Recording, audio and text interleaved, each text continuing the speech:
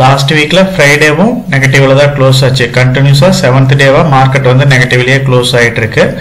மார்க்கெட்டை பொறுத்த வரைக்கும் ஃப்ரைடேல நல்ல ஃபிளக்சுவேஷன் இருக்கு. டவுன் ஆன மார்க்கெட் மறுபடியும் ரெக்கவர் ஆகி ஒரு 102 பாயிண்ட் நெகட்டிவ்ல க்ளோஸ் ஆயிருந்துச்சு. மார்க்கெட்டை பொறுத்த வரைக்கும் ஃப்ரைடே அன்னைக்கு 22,775 பாயிண்ட்டுக்கு வரைக்கும் மைனஸ் ஆச்சு நிப்டி. அதுல நியர்லி 13% மேல கரெக்ஷன் ஆகி கொஞ்சம் ரெக்கவர் ஆயிருக்கு. 22,800 வந்து ஒரு ஸ்ட்ராங் லெவலா எல்லாம் கன்சிடர் பண்ணிட்டு இருந்தாங்க. அதையுமே இப்ப மார்க்கெட் பிரேக் பண்ணிருக்கு. எஃப்ஐயோட செல்லிங் கண்டினியூவா இருக்குதுனால மார்க்கெட் வந்து ஹெவியா ஃபால் ஆயிட்டே தான் இருக்கு. நம்ம ஒரு சில பாயிண்ட்ஸ் வந்து கன்சிடர் பண்ணியிருந்தோம். மேபி இது எல்லாமே பாசிட்டிவா நடந்துச்சு அப்படின்னா மார்க்கெட் ரெக்கவர் ஆகிறதுக்கு வாய்ப்பு இருக்கு அப்படின்ற மாதிரி நம்ம டிஸ்கஸ் பண்ணியிருந்தோம். 10% கரெக்ஷனுங்கிறது இப்ப 13%க்கு மேல மாறிடுச்சு. நம்ம எதிர்பார்த்த விதமா எதுவுமே வந்து அந்த அளவுக்கு பாசிட்டிவான மூவ்மெண்டா காமிக்கலாம். டொனால்ட் ட்ரம்ப் பதவி ஏற்றதுக்கு அப்புறம் டேரிஃப் வந்து ரைஸ் பண்ணாரு, அதை பாஸ் பண்ணாரு. அதுக்கும் பெரிய அளவுல மார்க்கெட் ரியாக்ட் பண்ணவே இல்லை. யூஎஸ் பிரசிடென்ட்டும் நம்ம பிரைம் மினிஸ்டர் மீட்டிங்ல வந்து ஒரு பாசிட்டிவான வே இருந்துச்சு அப்படின்னா அதுல நிறைய இம்ப்ரூவ்மெண்ட் மார்க்கெட்ல வர்றதுக்கு வாய்ப்பு இருக்கு அப்படின்ற மாதிரி டிஸ்கஸ் பண்ணோம். அதுவுமே அந்த அளவுக்கு ஒரு பெரிய பெனிஃபிட்டை கொடுக்கல. ரஷ்யா உக்ரைன் வார் ஆகட்டும், இஸ்ரேல் ஹமாஸ் வார் ஆகட்டும், இது எதுவுமே வந்து ஒரு முன்னேற்றம் இல்லாதனாலையும் சரி, நம்மளோட மார்க்கெட் வந்து கொஞ்சம் ஓவர் வேலிடா இருக்கிறதுனால ரெகுலரா வந்து எஃப்ஐஐ வெளியே போயிட்டே இருக்கிறாங்க. நம்ம டிஏஸ் வந்து சப்போர்ட் பண்ணாலுமே ஹெவியான ஷெல்லிங் பிரஷர் இருக்குது. இந்த எஸ்ஐபியில் இந்த லாஸ்ட் 2-3 இயர்ஸா இன்வெஸ்ட் பண்ணதுக்குமே நெகட்டிவ் ரிட்டர்னா மாறி இருக்கும். அதாவது மியூச்சுவல் ஃபண்ட் இன்வெஸ்ட்மெண்ட்ல இப்போ ஸ்மால் கேப் மிட் கேப்ல இன்வெஸ்ட் பண்ணவங்களுக்கு நல்ல ஒரு கரெக்ஷனை பார்த்திருக்கோம். மார்க்கெட்டை பொறுத்த வரைக்கும் இப்போ எல்லாருமே வந்து ஸ்மால் கேப் மிட் கேப் வந்து அவாய்ட் பண்ணிட்டு லார்ஜ் கேப்பை ஃபோக்கஸ் பண்ணுங்க அப்படின்னு சொல்லியிருக்காங்க. ஸோ இது வரைக்கும் இன்வெஸ்ட் பண்ண அமௌண்ட் எல்லாமே வந்து நெகட்டிவா போனதுனால இப்போ இமீடியட்டா வந்து நம்ம அதை செல் பண்ணவும் முடியாது. எஸ்ஐபியில் இன்வெஸ்ட் பண்ணவங்களும் ஒரு கிரிட்டிக்கலான சுச்சுவேஷன்ல தான் இருக்கிறாங்க.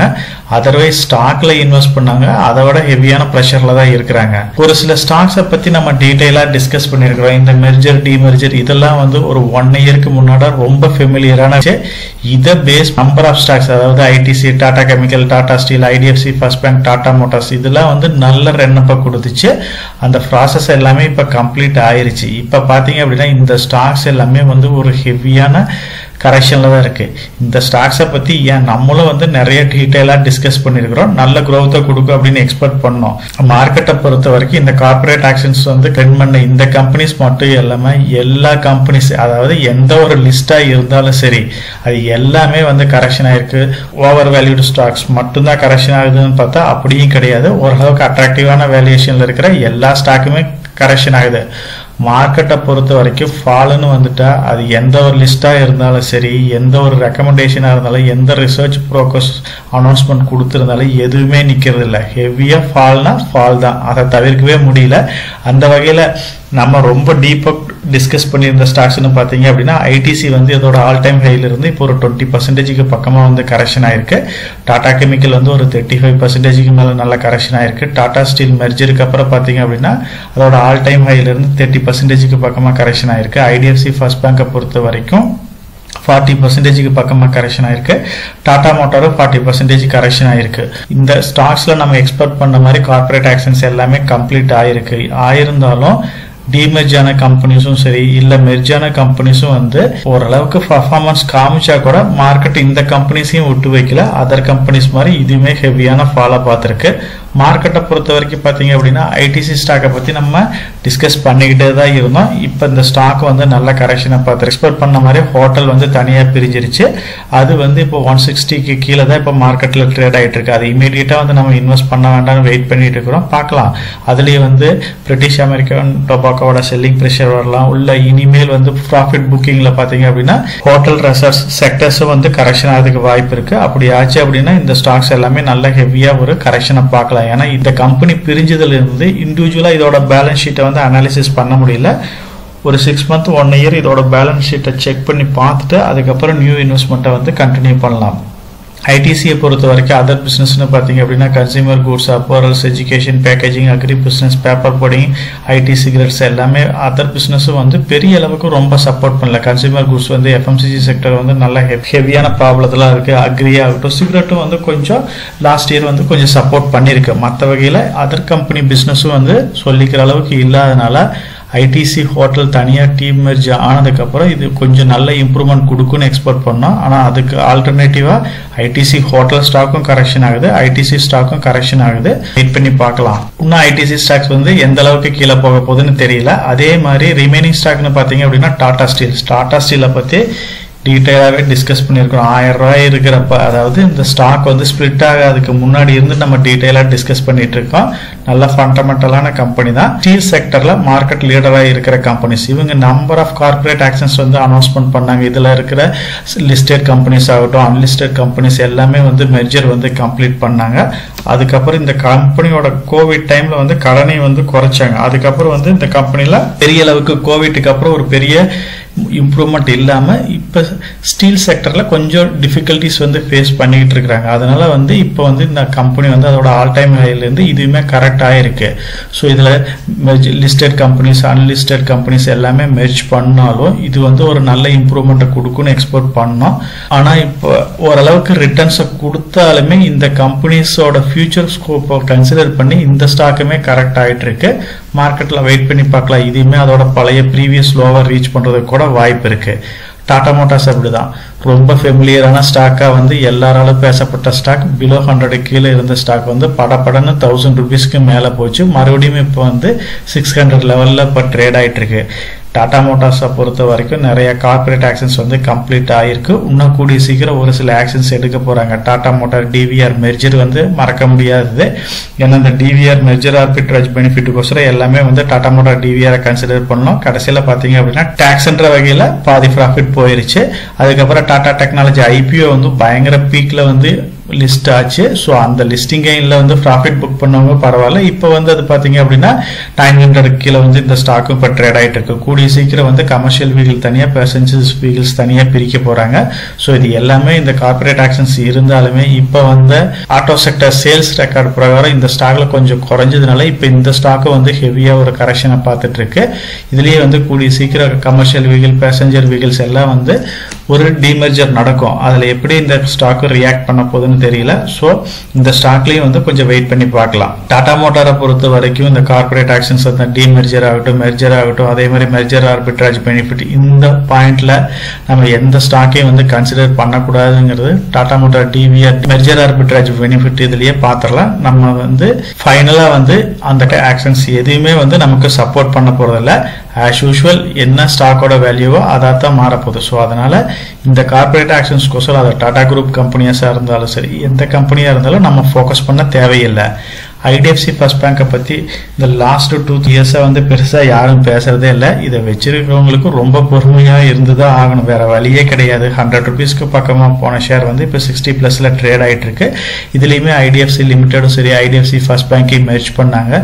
இந்த மெர்ஜருக்கு அப்புறம் இந்த கம்பெனி வந்து நல்லா பர்ஃபார்ம் பண்ணணும்னு எல்லாருமே எக்ஸ்பெக்ட் பண்ணது தான். இருந்தாலும் நான் பேங்கிங் ஃபினான்ஸில் ஒரு சில ஆர்பிஐ ஆக்ஷன்ஸ்னால இந்த ஸ்டாக் மறுபடியும் கரெக்டாக ஆரம்பிச்சிருச்சு. ஸோ இவங்களோட பிஸ்னஸ் வந்து இப்போ முடிஞ்ச வரைக்கும் கார்பரேட் சைட்ல இருந்து ரீட்டைல் சைடு மூவ் ஆயிருக்கு. அது வந்து ஒரு பாசிட்டிவான விஷயம் தான்.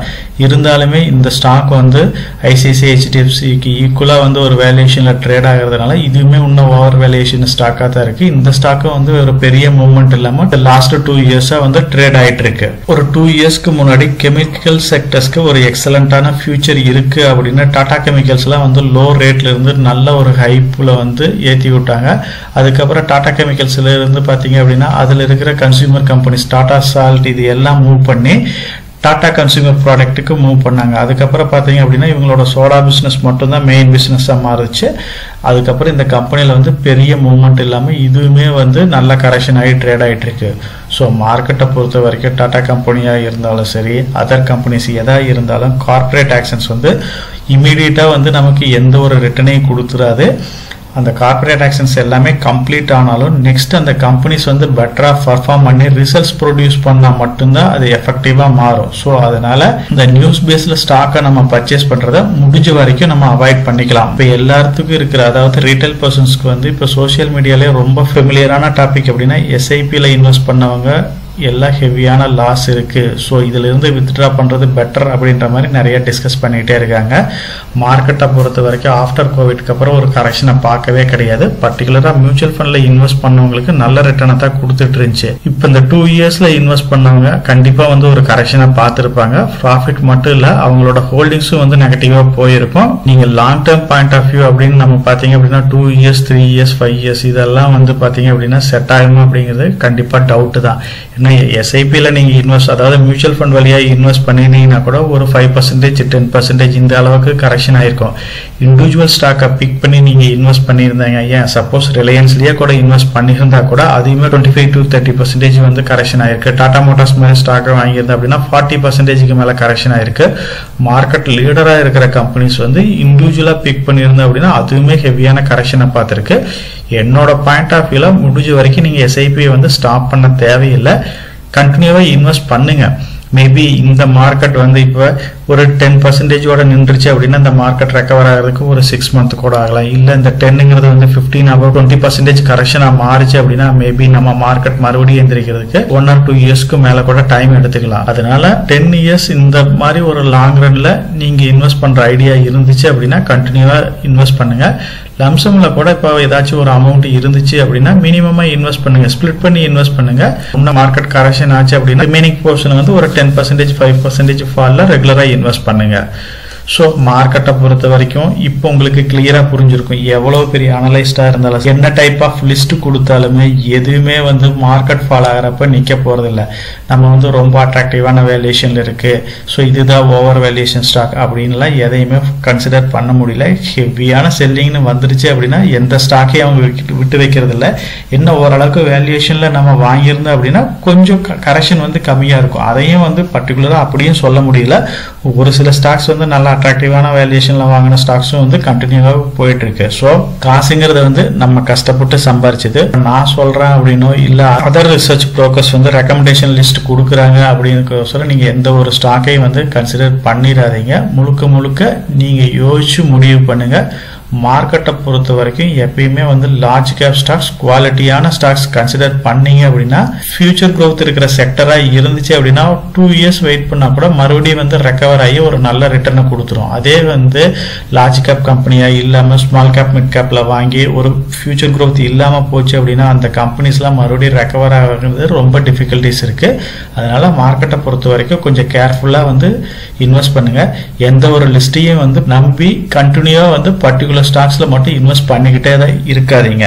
நீங்க சோசியல் மீடியா ரெக்கமெண்டேஷன் எந்தெந்த இதுல ஜாஸ்தி கொடுத்தாங்க, அது என்ன ஸ்டாக்ஸை வந்து நீங்க அதை ஒரு சிங்கிள் ஸ்டாக்லயே இல்ல நம்பர் ஆஃப் ஸ்டாக்ஸ்லயே வந்து ரெகுலரா கன்சிடர் பண்ணி அது எந்த அளவுக்கு ரிட்டர்னை கொடுத்துருக்கு அப்படின்னு கமெண்ட் செக்ஷன்ல போஸ்ட் பண்ணீங்க அப்படின்னா நம்ம வியூவர்ஸ் எல்லாத்துக்குமே அது சப்போர்ட்டிவா இருக்கும். நம்ம சேனல் மெம்பர் கம்யூனிட்டியில போர்ட்போலியோ அப்டேட், அதாவது என்னோட போர்ட்போலியோல என்ன ஸ்டாக் பை பண்றேன், என்ன ஸ்டாக் செல் பண்றேன், என்னென்ன சேஞ்சஸ் பண்ணிட்டு இருக்கேன், இதை பத்தி இன்ஃபர்மேஷன்ஸ் வந்து ஷேர் பண்ணிட்டு இருக்கேன். டெய்லி மார்க்கெட் அப்டேட் வந்து முடிஞ்ச வரைக்கும் போஸ்ட் பண்ணிட்டு இருக்கேன். கார்பரேட்ல என்னென்ன ஈவென்ட் இருக்கு, நம்மளோட இந்திய எக்கனாமியை பத்தி ஒரு சில யூஸ்ஃபுல்லான இன்ஃபர்மேஷன்ஸ் எல்லாமே ஷேர் பண்ணிட்டு இருக்கோம். மெம்பர் கம்யூனிட்டியில ஜாயின் பண்ணி இதை ரெகுலரா ஃபாலோ பண்ணீங்க அப்படின்னா உங்களுக்கு நாலேஜ் இம்ப்ரூவ் ஆகிறது மட்டும் இல்லாம உங்களோட போர்ட்போலியோவை ஹெல்த்தியா பில்ட் பண்றதுக்கு எல்லா வகையிலையும் சப்போர்ட்டிவா இருக்கும். இப்ப டிஸ்கஸ் பண்ண இன்ஃபர்மேஷன் எல்லாம் உங்களுக்கு யூஸ்ஃபுல்லா இருக்கும்னு நினைக்கிறேன். இந்த வீடியோ உங்களுக்கு யூஸ்ஃபுல்லா இருந்துச்சு அப்படின்னா நம்ம சேனலை வந்து சப்ஸ்கிரைப் பண்ணுங்க, நம்ம வீடியோவை லைக் பண்ணுங்க, ஷேர் பண்ணுங்க. கமெண்ட் செக்ஷன் ஓப்பன்ல தான் இருக்கு. சோ இந்த வீடியோ பத்தி உங்களோட ஒப்பீனியன் என்ன, இதுல என்னென்ன டவுட்ஸ் இருக்கு அப்படின்னு நீங்க கமெண்ட் செக்ஷன்ல போஸ்ட் பண்ணீங்க அப்படின்னா உங்களுக்கு மட்டும் இல்லாம நம்ம வியூவர்ஸ் எல்லாத்துக்குமே நல்ல ஒரு சப்போர்ட்டிவா இருக்கும். நான் ஒரு செபி ரிஜிஸ்டர்ட் அட்வைசர் கிடையாதுங்க. நம்ம சேனல்ல போடுற வீடியோக்கள் எல்லாமே வந்து பாத்தீங்கன்னா எஜுகேஷனல் ஆர் இன்ஃபர்மேஷன் பர்பஸ்க்கோசரம் போஸ்ட் பண்ற வீடியோக்கள் தாங்க. இன்வெஸ்ட்மெண்ட்னா கண்டிப்பா ரிஸ்க் இருக்கும். அதனால நீங்க உங்க பினான்சியல் அட்வைசர் டிஸ்கஸ் பண்ணியோ இல்ல நீங்களா ஓன் டிசிஷன் எடுத்தோ இன்வெஸ்ட் பண்ணுங்க.